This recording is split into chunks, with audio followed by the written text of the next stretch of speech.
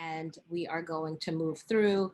We're going to be quite informal. As it said in the blurb, we are your good nonprofit girlfriends, and so that's an informal space.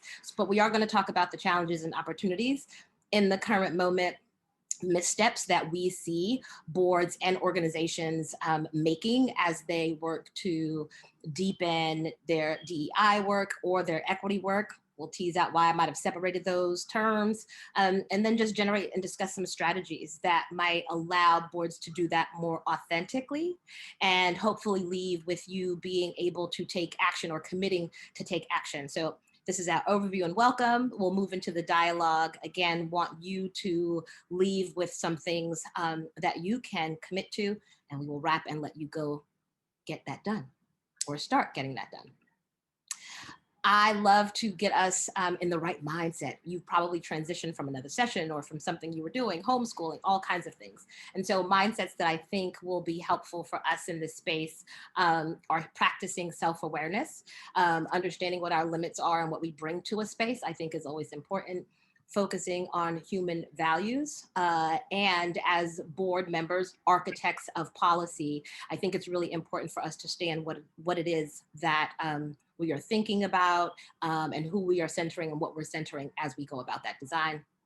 The last two, super important: recognize oppression. So understanding that the context in which you are working, have always worked, has been one of oppression, but also in this conversation and in this time, I think it's really important for us to recognize the system being at play and how it impacts us as individuals, as a team, say board or school, and beyond. And then the last one, I think we will probably be talking quite a bit about this, and that's attention to healing, and what that healing and accountability looks and feels like. May not be linear, but having a mindset around paying attention to perhaps some past or even current challenges that have happened. And I love these. These are out of Stanford's K-12 lab, and there's a link that we'll share that if you want to look at them, you can have them too. So this is us. I'm going to let them introduce themselves, but first I'm going to say thank you, thank you, thank you, thank you to each of them. I have the pleasure of calling them friend, calling them colleague, calling them mentor. And so I'm thrilled that they said yes to me. We have Crystal Allen, who I, like I said, have the fortunate pleasure of working with in New Orleans on this very topic of equity in organizations. And she has been an educator, works in education, and helps us to do this work. And so she's going to introduce herself, the founder of K. Allen Consulting. Then we have Dr. Danielle Moss-Lee, who is presently the CEO of Oliver Scholars out of New York. And Danielle was one of the first people I called when I became an executive director. I was like, how do I do this? And how do I deal with these messy people situations? And so I'm thrilled that they're in this conversation with me. So I'm going to kick it to Crystal. You tell us, share a little bit about yourself, why this moment is critical, and how your work connects to helping us do this better. So if you were the girlfriend for hire for anyone that might be listening, why would you say that this work is important? And tell us all the, just brag, because we did, Shonda Rhimes informed us, we don't always brag. So tell us who you are, what you do, and how it connects to this. Thank you so much, Lucy, and hello to everyone watching. I'm Crystal Hardy Allen. I'm currently based in the city of New Orleans, Louisiana, but I am a native of historic Selma, Alabama. I'm the granddaughter of a man and woman who marched from Selma to Montgomery, and so a lot of the work that I involve myself in and have done my entire life is steeped in Selma running through my veins, and this idea of what it means to show up for and believe, very deeply in what is right for all people, especially from a racial lens. I wear a couple different hats right now that Lucy, spoke to. One, I'm the founder and chief executive officer of a global education and management consulting firm. Our team supports schools, nonprofits, and businesses via a variety of professional development supports across 5 countries. So we support schools in the education space in South Korea, in India, here in the US, South Africa, and also Nigeria. And, for me, when I think about this, this work and this question of why is it so critical, I think one of the reasons that it is so critical to not only develop theories and build our understanding and awareness, but to move to a place of action and real accountability is because, you know, we owe it to our children, and we owe it to communities, and we owe it to so many people that have come before us to get it right. We have more resources now than we ever have before. And when I think about the sacrifices that folks before us have had to make to even make the inches of progress that we've seen, who are we not to honestly face sometimes the ugly truths within ourselves and within our organizations to actually make a real future not be just a statement, right? And just lip service, but make it a real reality for folks. I think it's also critical because in a lot of ways, there are so many folks who are Black and Brown, including myself, that are hurt, that have pain, and that have trauma from lived experiences within educational institutions. And so when I think about this idea of how our actions align to our beliefs, there has to be some reckoning to acknowledge that so much of what we put out quite often is not the actual lived experience of many different stakeholders within the institutions. So I think that, you know, honestly, it's time, it's past due, you know, for real change to happen and accountability. And we have to be comfortable getting uncomfortable. And so if we're ever going to expect to grow, we can't micromanage how that growth actually happens because discomfort is a part of the journey. Mm-hmm. Thank you so much, Crystal. And I'll bring you in, Danielle. Hi, well, thank you so much, Lucy, for this invitation. My name is Dr. Danielle Moss, and as Lucy mentioned, I'm the CEO of Oliver Scholars, a New York City-based organization that is dedicated to gifted and talented Black and Brown students who, not surprisingly, for all the reasons we're having this conversation, are some of the most underserved students in our city. In fact, Black students are 60% less likely to even be identified as gifted and talented, regardless of their academic performance. And that has everything to do with teacher and educator bias. I was the co-founder and lead applicant of the very first charter school in New York State. So this is the first opportunity I've had to be in the charter space in a while. I did a TED Talk in 2018 talking about the forgotten middle. Basically, most students that we're going to interact with are not gifted and talented necessarily, or the lowest performing students. And those young people in the middle are waiting for us to ignite them. And so that was the point of my TED Talk. I am cautiously hopeful and optimistic about this moment. I feel like I've been at this party, you know, I was all dressed up and at the party probably like a day before the actual event, and now everybody is showing up to the space. And I'm excited, but I also understand that power and unearned privilege are incredibly seductive, no matter what our personal commitment to equality and racial justice. And that's why we have conversations like these all the time. But the lived experiences of folks in our organizations, particularly Black and Brown folks, for the most part, haven't changed. Right now, I'm reading Isabel Wilkerson's book, Caste. I'm really excited about that work, and I encourage everyone to read it because one of the things that she points out, and I think any Black woman who has had a leadership experience can relate to this, is that caste is meant to be permanent, immutable, and eternal. And you cannot educate yourself out of your caste. You cannot earn your way out of your caste from an economic and political standpoint. So that's why someone would see Barack Obama at an event and ask him to go get them a drink and assume that he was there to serve them. And I have similar stories. I'm sure Crystal and Lucy also have similar stories, and it has everything to do with how we've all been socialized to understand who should be in charge and who should be making decisions.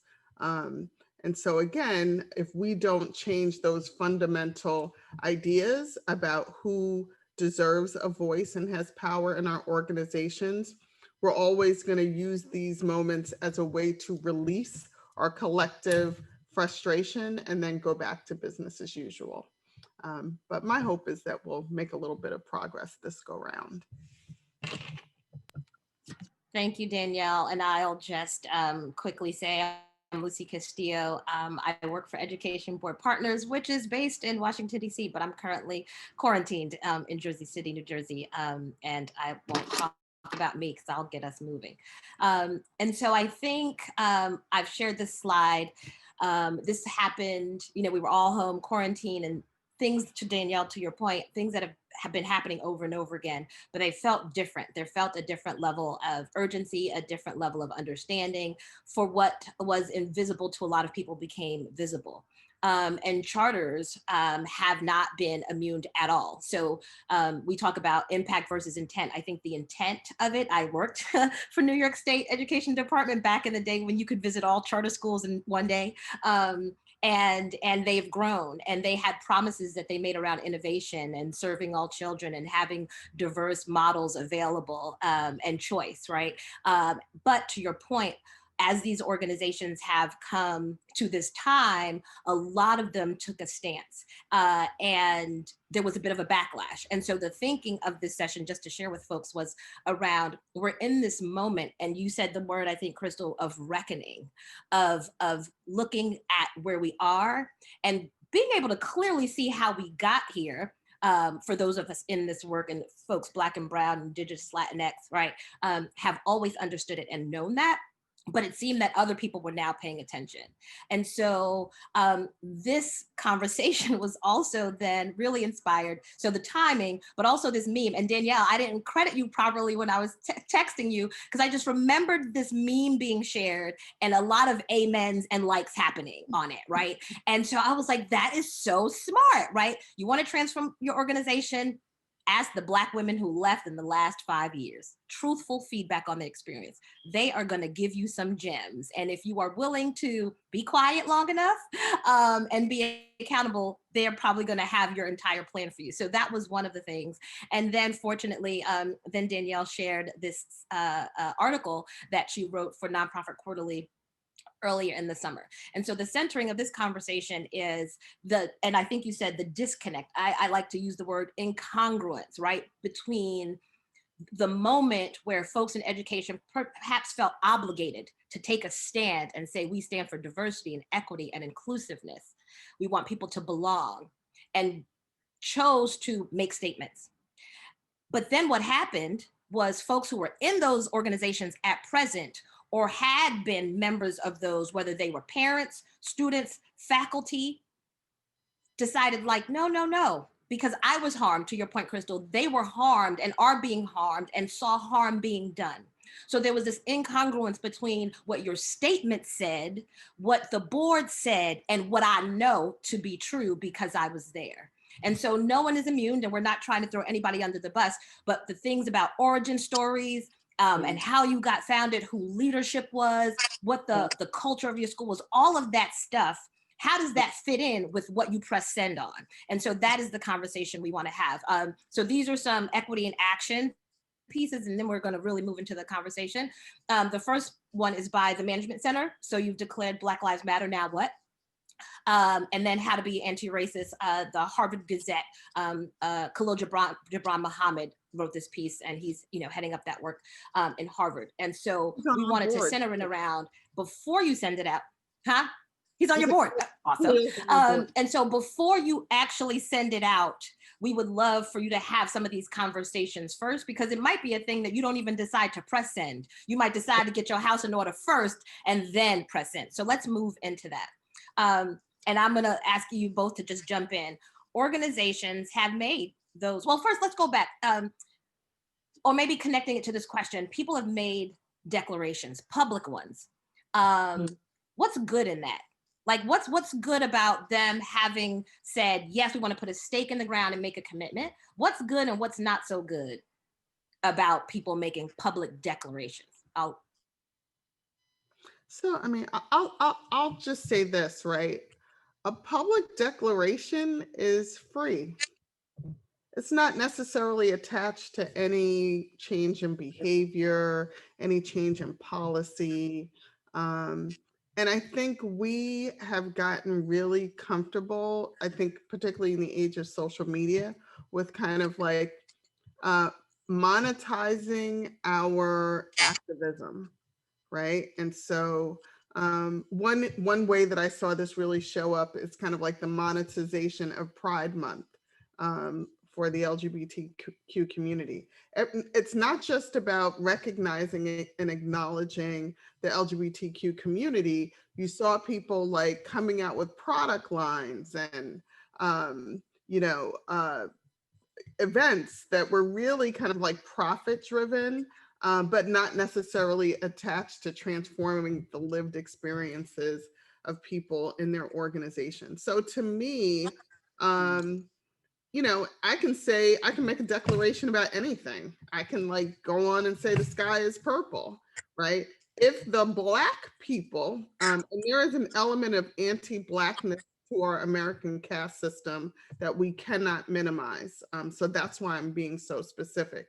If the Black people in your organization, teachers' aides, young people, parents, do not feel that their experience has been respectful, has been reflective of any of the words in your statement, then your statement doesn't really mean a whole lot, right? And even the idea that the narrative has to be in the hands of the least of these is very disruptive, right? You don't get to tell me when I feel better. That's not how this works. I will tell you when my experience has been transformed within your organization. And that is not how a lot of these institutions function. You know, one of the reasons that I moved away from the charter movement, from being an early adopter and proponent to feeling like this is just another system that places white people at the center of the conversation, of the education. I have not seen a lot of radical, progressive, pro-Black, pro-Brown curriculum, instructional approaches come out of most charter schools. And that's the reality. And, you know, I was approached a couple of years ago about rejoining a charter board. I asked the founder one simple thing: do you or will you make a declarative statement in your materials that says you have a commitment to making sure that Black folks are represented on your board and that your teaching and instructional leadership staff is diverse? And, you know, they told me no. And the reality is there is no pipeline problem. There is a race problem and there is a caste problem. And this idea of culture and fit is a way to insulate people from having to confront their racism and their casteism. So that's all I'll say. I'll let Crystal jump in. Yeah, I just want to say amen to everything you said. I mean, I'll first start, you know, when I think about your question, Lucy, around the power of a declaration, I think about the motive and the intent, right? I think there's something to be said about really giving organizational clarity around who we are and how do we live out our organizational values in a very public way, as well as privately, internal and external, right? And so I think the heart of a public declaration should be to increase clarity so people don't have to guess, where do you stand on this particular issue or topic, right? It also should be, to be honest with you, clarity for different stakeholders and different audiences so that people who do not align with that can make a choice to say, separate themselves from you organizationally, or people who do align with the declaration you've made, it attracts them to your organization. You know, in essence, have the ability to even attract talent based on what you're saying. The problem is everything that Dr. Moss just said, that when people are then attracted to the space, have they been hustled, right? Like, is the declaration matching what they then experience when they're on the inside of the institution? And so I think that in a lot of ways, for me, something that has to be deeply examined is the way in which racism manifests at the individual level for a lot of practitioners within not only traditional public schools, charter schools, independent private schools, all folks within the realm of education. Because I think that so oftentimes people get so far ahead when it comes to even posting and making public these public declarations, because they believe that we're going to figure out a way to structurally attack or address this. And that is right. The answer is not either or, the answer is both and. We both need to think about systematic and structural ways to analyze all these things. And I, as the CEO, I, as the chief academic officer, I, as the principal of this school, need to examine myself and how I'm exhibiting and perpetuating this on a day-to-day level, because I'm the person who's influencing the decisions being made. I'm the person who, out of my mouth, is literally sharing a microaggression to my colleague. I am the person who, based on all the ways that we've been racially socialized, am making this parent feel uncomfortable and less than because of how they are dressed or how they show up. All these different things, you know, speak to the individual and the interpersonal thing, and also the intra, you know, personal work that needs to happen. And I think that that, to me, is often what people are skipping, because they're trying to get to what ultimately comes out at being performative strategies, but there's been no individual examination, and then also no institutional or organizational examination. But I want to put something out to the public so that it covers essentially the organization to say we're on the right side of history. But the reality is that you're going to be on the wrong side of history regardless if the individual examination is not happening and the organizational examination is not happening, and there's not reckoning to change it there first. I care not what you put out to the public. It is about the substance of what is actually happening within. I'll say this because I think about it in personal, I think about analogies quite often. I think about personal relationships. My husband and I have been together for 11 years. And interestingly enough, I think a lot about people on social media. I talk to my girlfriends and say, if you got to post every minute when you're going to dinner and somebody gave you flowers and this, like, who are you doing it for?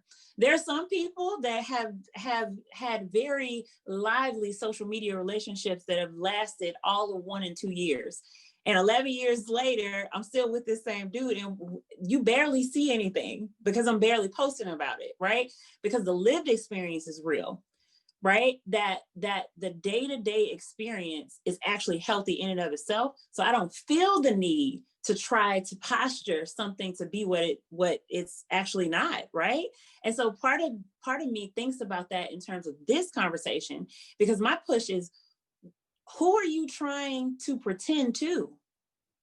Like, who are you trying to convince? Because the reality is that if Black and brown parents, Black and brown kids, Black and brown staff, people that are in that institution, if they are treated right and well, if they have access to real power, if they have access to shared decision-making, if they are truly operating in an institution that they feel is equitable and inclusive, you don't have to put money to convince the outside world, because they are your living, breathing billboards of where you actually stand.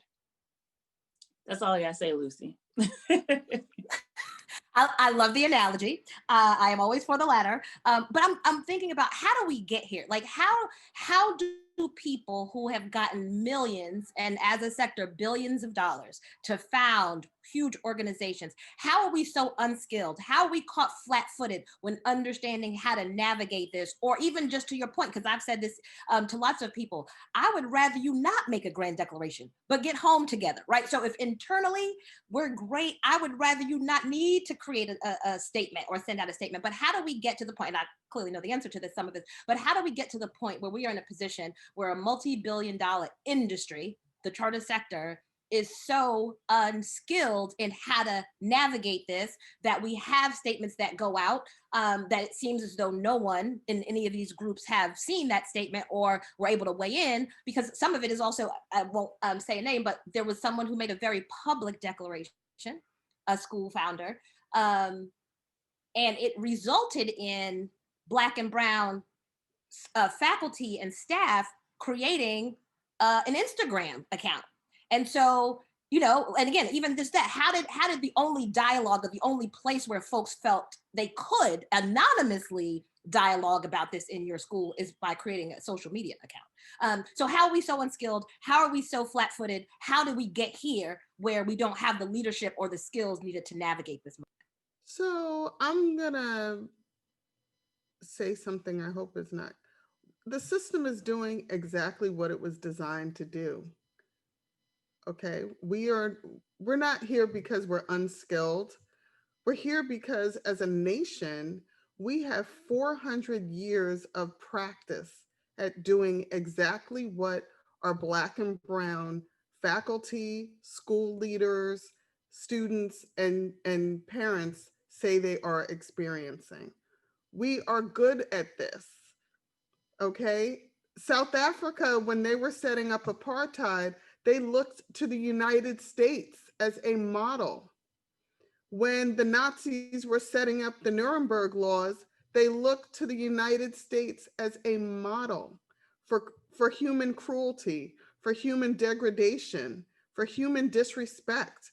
So the charter school industry is doing exactly what it was designed and leveraged to do, right? That's why you go into some of these schools. I think it's so interesting, right? This focus on body control, right? This idea that the kids have to wear a certain thing, have to conduct themselves in a certain way in the hallways, have to sit a certain way. This whole like demerit system. You look at Jim Crow. You look at the slave laws. This is a continuation and a perpetuation of a caste system that we as a country designed. And so I say that we didn't like get here magically. We're doing what Americans do. This is how we rock. This is who we are as a country. That whole idea of like needing to control the minds, bodies, experiences, expressions of Black bodies it's more American than America, right? Before there was America as a country, there was a culture of human degradation of Black bodies and enslavement. So we're doing what we know how to do. Mm-hmm. I would echo that. It's coincidental timing, Danielle, but yesterday I made myself sit down and reread, because I haven't read it in such a long time, the 1712 Willie Lynch letter, like from beginning to end, right?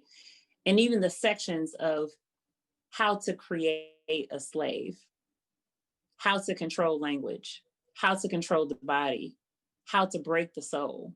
I'm sitting here thinking like, whoa, right? Like, that for someone seems jarring to even hear.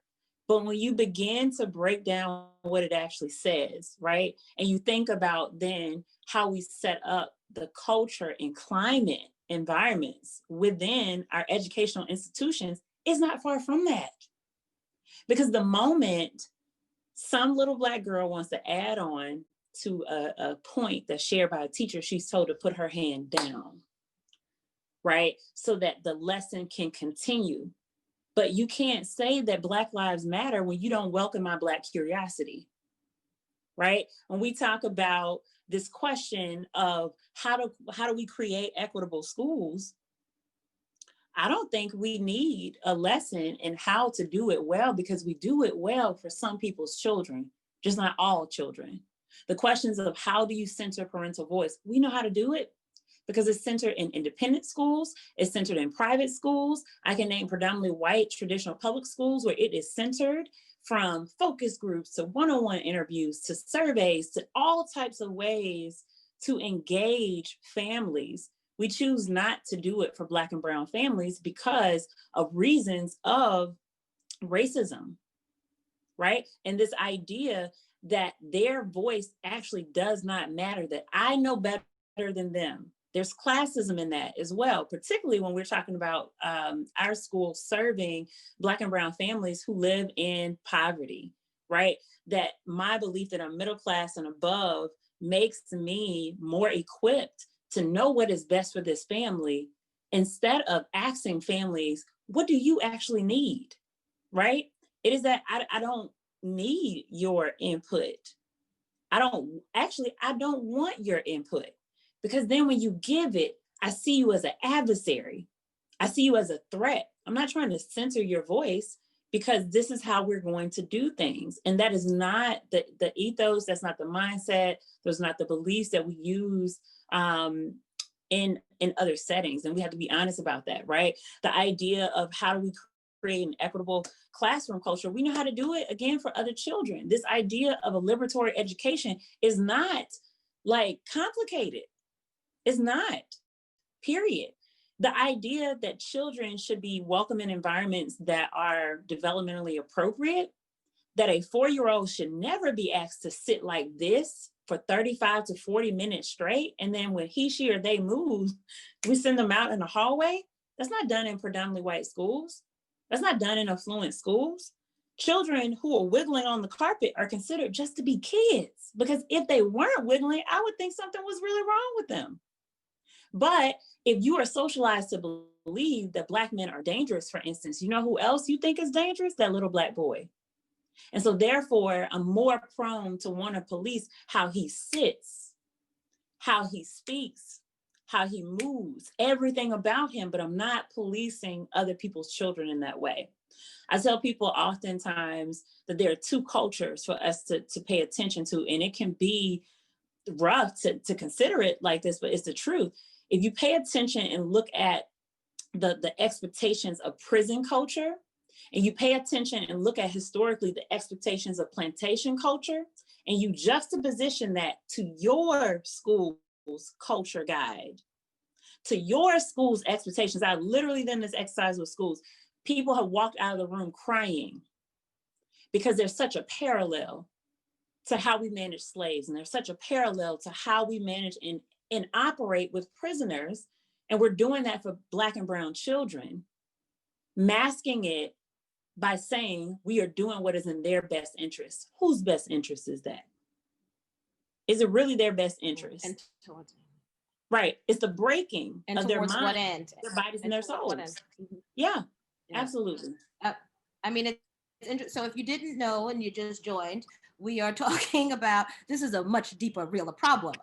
We are dropping it heavy, and so you can see why your little link on your website doesn't get at chipping away at what they are talking about right now. And there was a question, and so one of the slides that's not in the deck is when we talk about, if you are in this work is equity work. If you are in public education, if you are in the charter sector, in my opinion, EBP's opinion, you are in the work of equity. And so if you're looking at it in another way, you're probably creating solutions, as we talked about, you being the architects, that are probably perpetuating or deepening the oppression that's happening for small people and big people. And so in thinking about this question, how, from an HR standpoint, do you get senior leaders to buy into the models that we're talking about? And so I will say, I hate when the moderator, me, acts like they're on the panel, but for this one, I'm thinking, if you got to get your leaders to buy in and they didn't come to the table with this stance, you got the wrong senior leaders. But since y'all are smarter than me, because y'all Ivy League doctors here, I'm gonna ask you the question, how do you get folks to buy in? And let's position this, right? Also with boards, because I know firsthand, and if y'all are out there, board members, Y'all are a big part of the problem. So Dr. Allen is out here talking about culturally relevant pedagogy and doing all of this stuff with your schools. And then they're saying things like white supremacy culture in a document to the board, and the board is putting the hands down. The board is saying all lives matter. So how do we get leaders, and let's push it in that, board members, to really be about this work that's not about surface stuff? So Lucy, I'm so glad you brought up the issue of board members. You know, I'm having conversations with white leaders who are ready and feel like their jobs are being threatened by board members who don't want to have these conversations. So liberation is not free, and we have to hold space for that.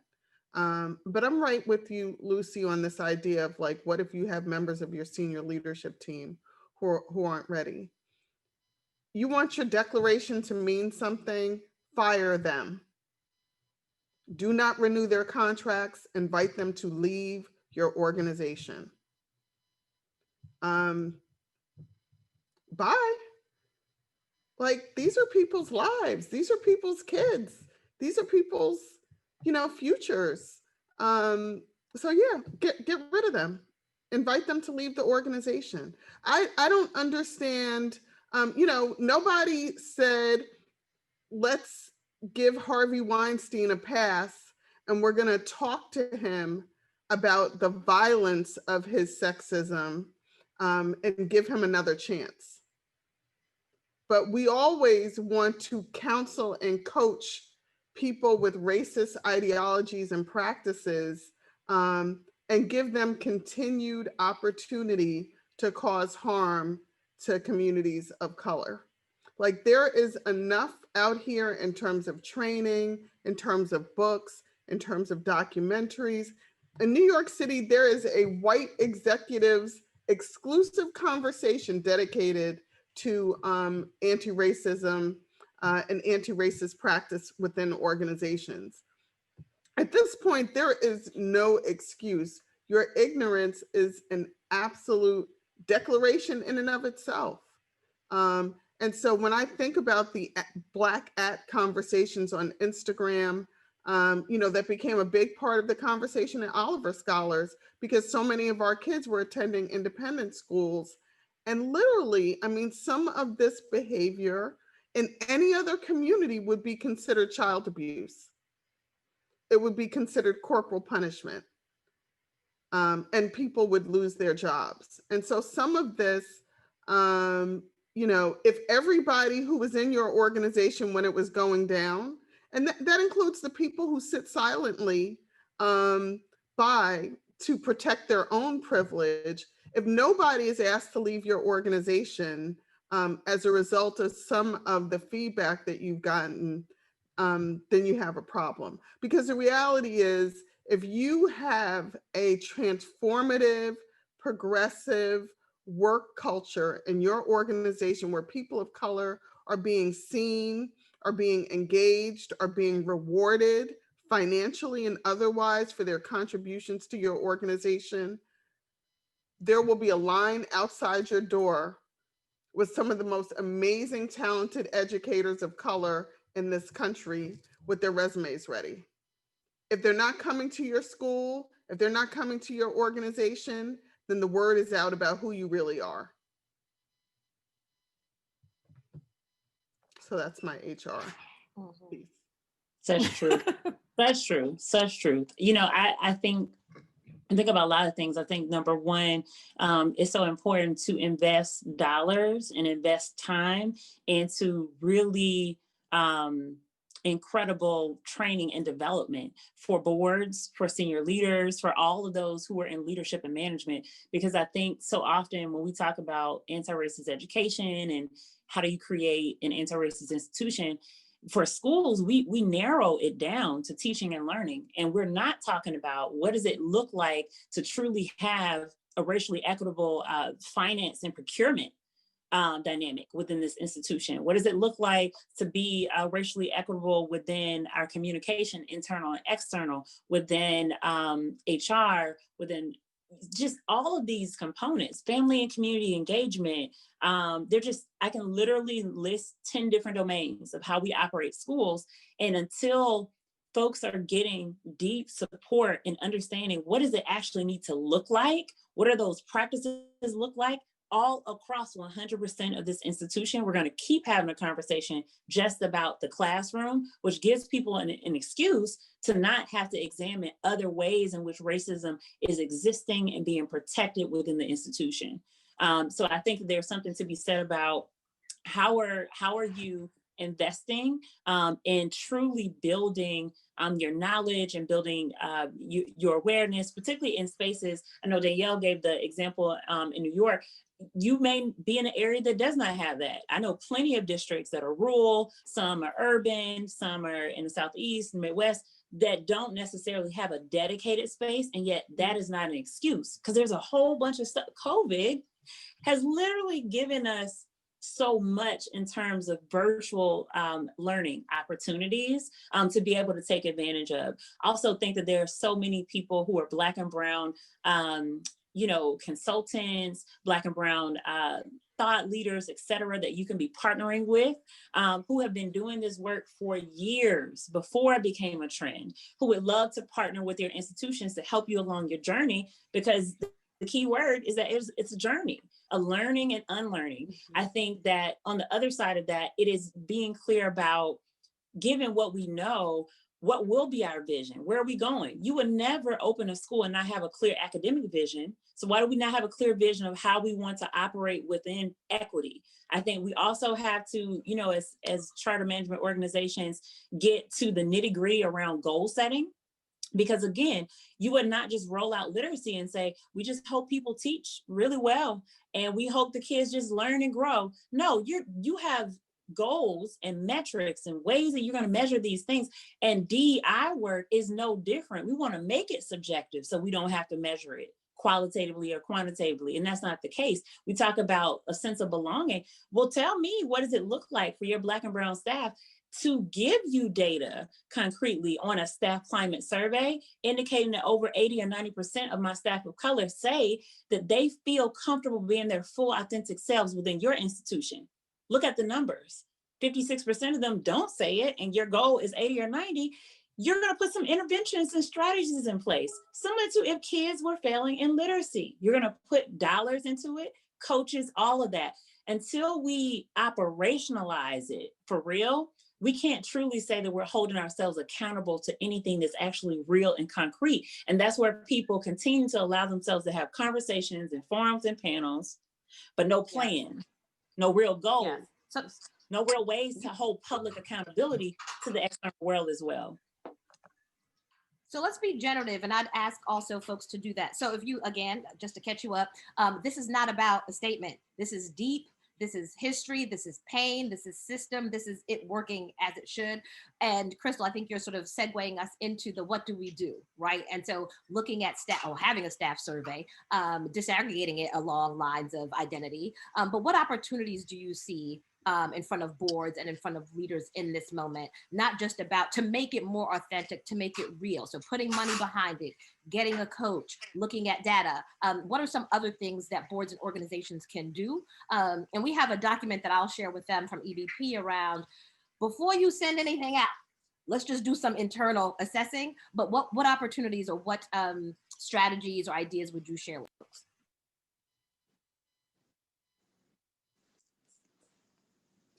Who did you want to go? Either of you. What are the things that they can do? Not press in before they press in. What's some things that you would recommend? Concrete being the key word. And I'll quickly come on the back end with a couple of things. I think changing your bylaws immediately, right? You can do that in terms of like who sits on your board, what the expectations are of a board. Maybe you need co-chairs of your board. Maybe you don't have one single all-knowing chair. Maybe you change term limits. You look at your HR practices and figure out how to debias those HR practices. How do you define culture, and who gets to define culture, and who norms and language and hairstyles and, you know, Right. everything else are deemed as like, what does professionalism mean in your organization? Um, you know, I was part of a conversation where two leaders were, a white leader was talking about a situation in her organization, and she was like, oh, well, you know, I have a Black staff member who's like really good with the kids. They respect him.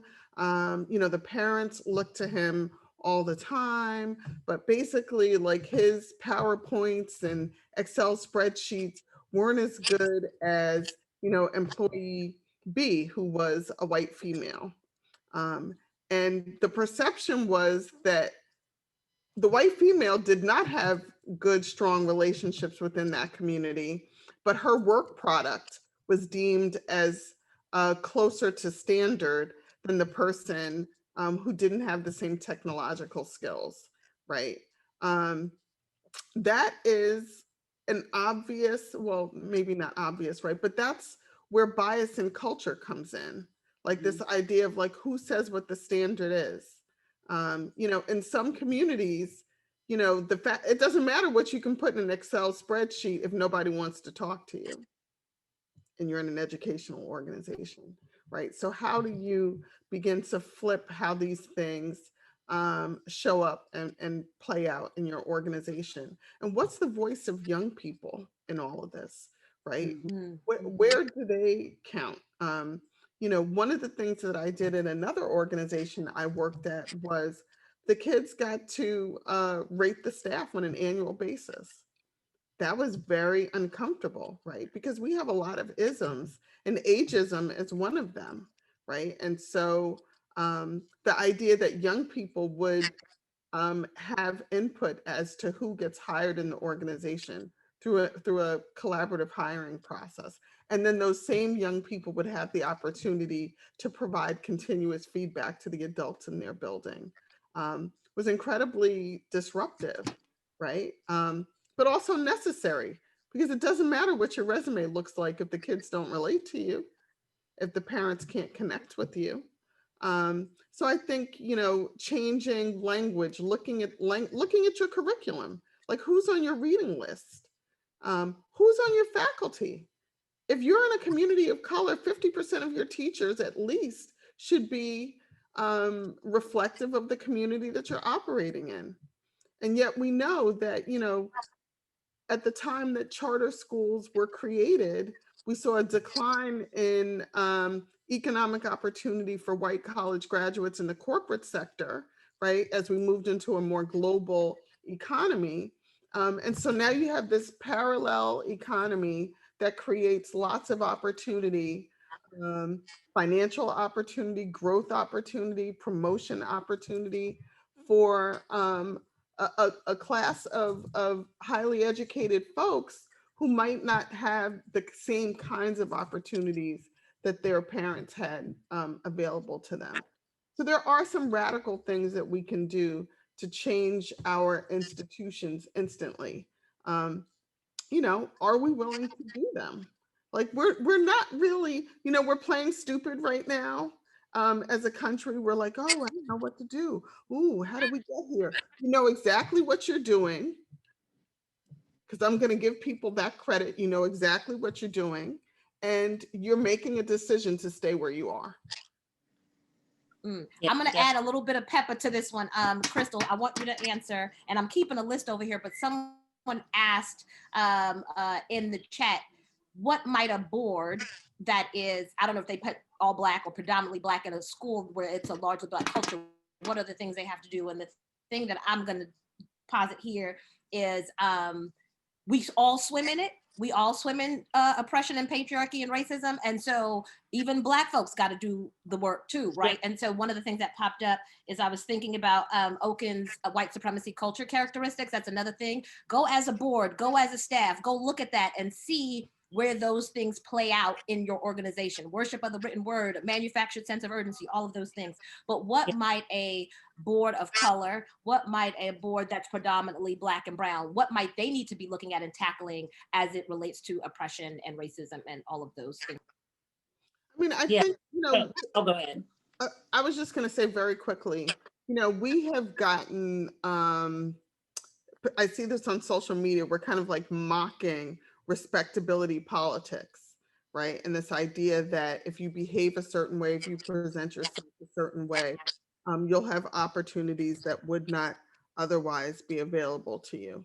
So, as someone with an Ivy League doctorate, I can tell you that I cannot educate my way out of my caste, right? Um, and so I also have to pay attention to the fact that respectability politics kept Black people alive, right? So I'm not going to discount those strategies, but I think there is an opportunity to be in dialogue with people who are struggling around these issues. Sometimes your social capital goes up as a Black person the more you distance yourself from other Black people, right? Your economic opportunities can be expanded the more you can distance yourself from other Black folks. So this thing is complicated in some ways. It's very layered. I think everybody has work to do. But I think there is a new generation of Gen Z and millennial activists who really aren't going to continue to tolerate our nonsense. And that's what I'm banking on. Crystal? Yeah, I would say that because internalized oppression is very real, it's important for Black boards and Black and Brown board members in general to understand that assimilation, that colorism, that classism, all of these different things can manifest and be perpetuated to still have outcomes that are in no way equitable for Black children, even in a school that is 100% Black with 100% Black leadership and 100% Black board. You can substitute it for Brown as well. I think when we really look at it, number one, we have to debunk this idea that just because I'm Black and Brown, that makes me automatically anti-racist, because it's not true. And so to the extent that we talk about how, number one, DEI expertise should be centered on the board in terms of somebody's literal background and their expertise that they're bringing to the board, that still needs to be the case even with a predominantly Black and Brown board. So when we think about the board matrix that exists, and if you don't have one, you should establish a board matrix for sure, so that you really are, able to analyze who's bringing what to the table and how are we leveraging different bodies of work to make sure that we are the best board that we can possibly be. I think even on a Black and Brown board, that still has to be done, because there are plenty of Black and Brown folks who don't actually understand what a racially equitable school looks like. So to assume that an all Black board automatically knows what it looks like would also speak to the fact that the outcomes should also look radically different, and they don't.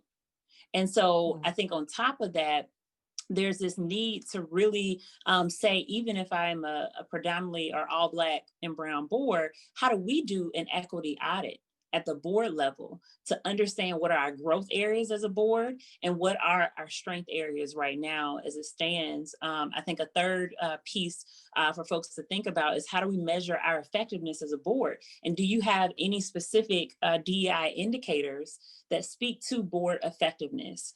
The other thing that I would push, for board members to pay attention to is when you're provided data from your CEO or the different sources in which you're analyzing a dashboard, to make sure that the data is disaggregated in a lot of granular ways. One, how are our Black and Brown students doing? Two, how are our students with special needs doing? Three, how are our English language learners doing? Four, how are students living in poverty doing? There are just so many different, and the list can go on and on, that it's possible, again, to be in an all Black school and still have marginalized populations even within that. How are Black LGBTQIA students doing? How do they feel a sense of belonging? Like, there are just so many things in which we can also miss the mark and not have people who look like us protect even a Black and a Brown agenda. So those are things that I think about. One more thing I would say is transparency and accountability to our community. In what ways are there explicit structures and protocols in place to say that we truly do get the input of the community and report back to the community outside of just the board meetings being quote unquote public, right? And some people not being comfortable to engage in that way. How else are we engaging the community? So those are all considerations. Yes. Ooh, y'all are good. And I didn't even do this one yet. We got 2 more minutes, but the difference between equity and diversity, right? So you might have diversity around the table, but you may not be focused on equity. And that was one of the questions. What are the systems? And all you got to do is disaggregate your data. You'll see if you have a good equity system. If there are, differences and gaps, we know we don't have an equitable system. And so then you have to get to work. Parting thoughts, what I'm going to ask folks either in the chat, on the app to do is what's something that you can take, something that you can commit to given your role. It's probably not going to be a statement because you got to go figure all this other stuff out that Dr. Danielle and soon to be Dr. Allen already told us. What's going on with your students? What does the curriculum look like? All of those things. So what can you commit to? What will you do? And I'm going to give each of you 40 seconds to go back to that parting thought. They can only take one thing away. What do you want them to have top of mind as they head out? 30 seconds. Did I say 40 seconds? Read Isabel Wilkerson's book, Cast, and have a conversation about it. For me is, go ahead.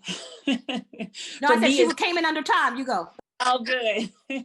For me, is making sure that when we have conversations about diversity, equity, and inclusion, we really are talking about the following things. For diversity, that we remember representation. That is it. Nothing more, nothing less, across a lot of parameters. When we talk about racial diversity, is a type of diversity. Race and diversity are not the same thing. That when we talk about inclusion, that we are talking about access, experiences, and treatment. Period. That's why it's not enough for us to rest our laurels on diversity, because diversity is an entry point. But if people get into the institution and they're not treated well, their experiences are not right, and they don't have access and real power, it's not an inclusive space. And last but not least, that the equity piece really rests deeply on equity being a process, but also our ability to not differentiate outcomes against any single identity marker. So we should not be able to predict those outcomes based on race, therefore letting us know that it is racially equitable. Awesome. And the one I will put down is, what do you think and believe about your students, your families, and your community? And if that's yucky, you have work to do. And that starts with you, because all of you are the ones around the table. All of you are the ones with the pen making the policies and practice. So it starts with us. And if that is yucky, you're probably creating yucky policies.